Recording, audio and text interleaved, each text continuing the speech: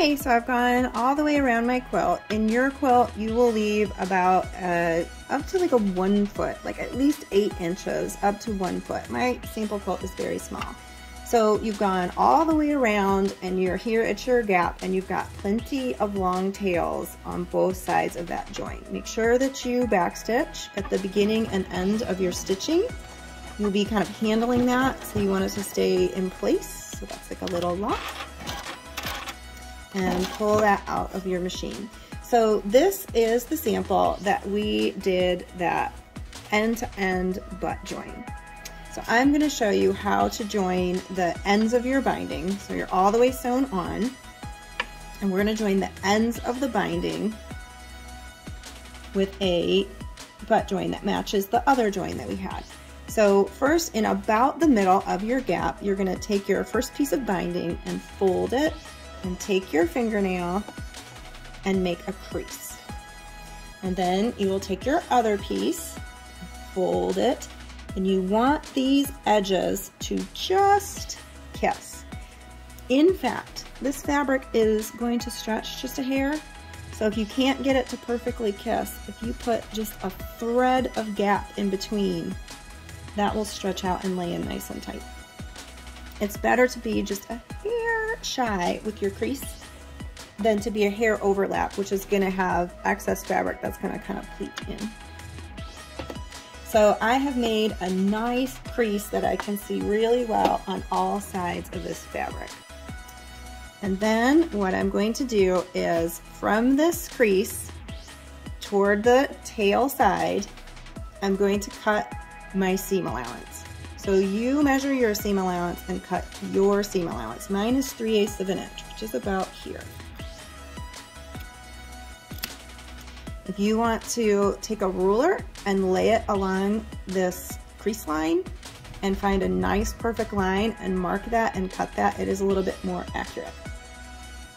And then you'll do the same on the other side. So measure your own seam allowance toward the tail end. Don't cut over here.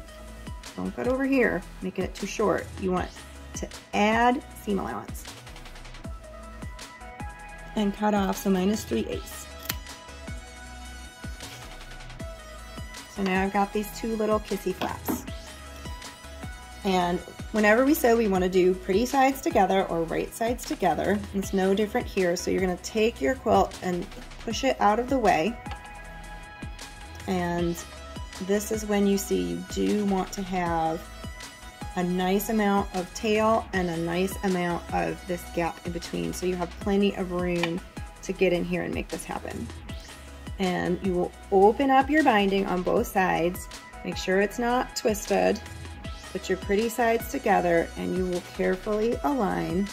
So there's a crosshair there, right in the center, where your center fold of your binding and your little crease for your stitch line come together. So you'll match those up, and you'll match the crease on this side, and you'll match the crease on that side. So let me get that together. And then we'll slip this under the foot. Oh, hello, Fred. There you go. Slip him under the foot. Now my seam allowance, if you measured accurately, will put your needle using your same guide that you did before, and your needle should fall right on that crease. If you didn't measure perfectly, your crease is where it's supposed to be. So match up the crease and follow the crease. If your cutting is a little crooked, that's okay. But your crease line will be straight. So make sure you match and follow that crease line. If one's going to be off, you want the crease line to be right. So now when I pull this apart, it should snap into place and fit.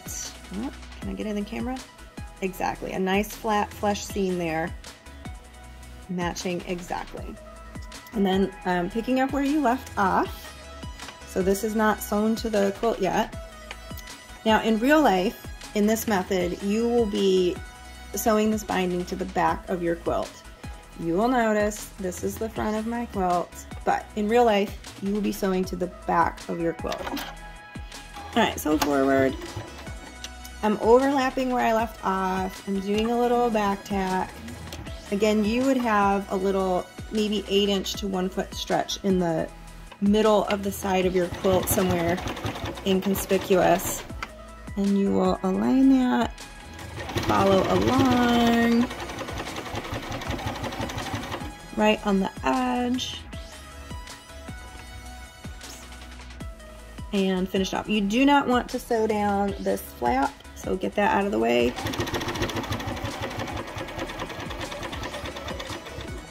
And back up, and cut. And that is how you close in the end using the butt join method.